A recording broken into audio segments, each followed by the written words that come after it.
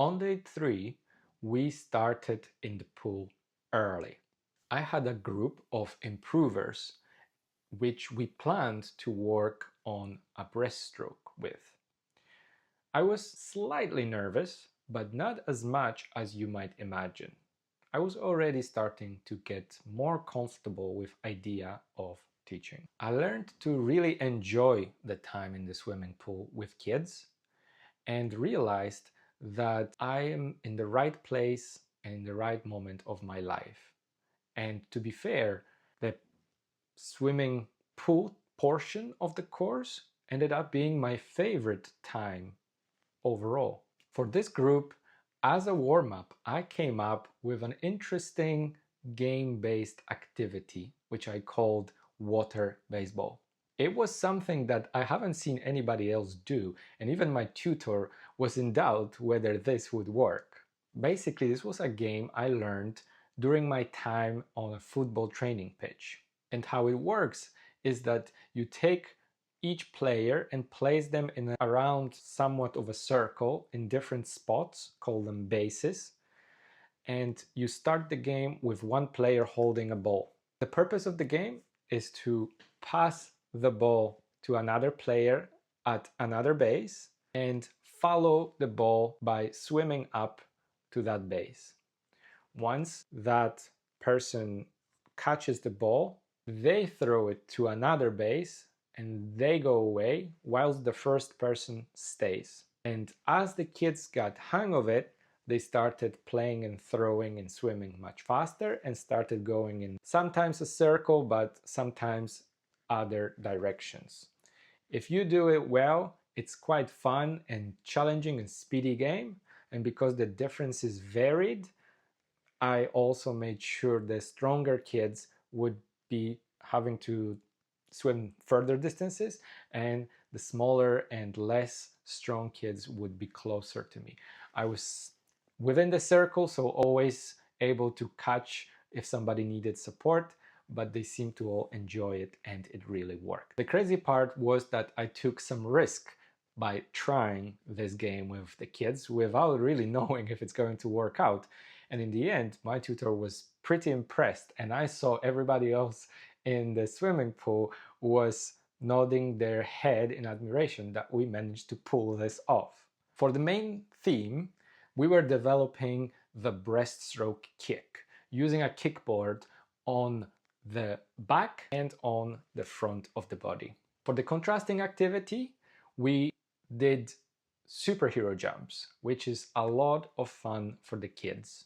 Afterwards, I heard from more than one person that this was the most fun swimming lesson they ever had. I could see the enthusiasm on the kids' faces when we were high-fiving each other, and a couple of parents walked up to me saying thank you with a big smile on their face. At that stage, I felt incredible. And in that moment, I decided that my reputation as a swimming teacher will be to be the fun one. Every teacher has their reputation, a strict one, a loud one, a silly one. I want to be a swimming teacher that is fun for all my pupils. And that also applies to adults. I want to make sure that anytime I teach adults, they will also have lots of fun. After the class, my tutor pulled me aside for a little debrief. I spoke about the things I've done right and things that maybe I could have improved. That was a really good thing to do because right on the spot I was able to tell her what I could have done differently and have her immediate feedback to what could be done well, what I actually have done well, or what I could have improved. I've got some good praise and I felt really good about myself. Then we went back to the classroom for some more theory learning. We talked about teaching different age groups and how children change along the years.